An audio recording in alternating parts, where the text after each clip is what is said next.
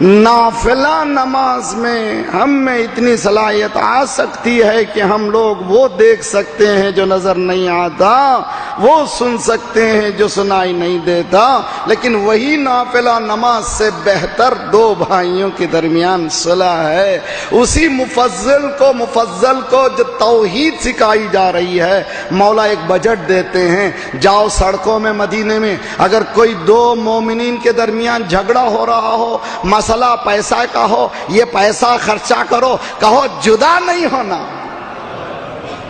یعنی توحید مفضل کے مقابل میں توحید مومنین۔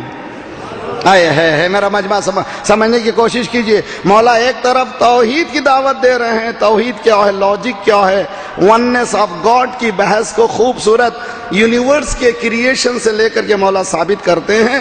اسی مفضل کو یہ کہتے ہیں کہ بازار مدینہ میں جاؤ، اگر کہیں دو مومنین میں جھگڑا ہو رہا ہو، فساد کی جڑ پیسہ ہو،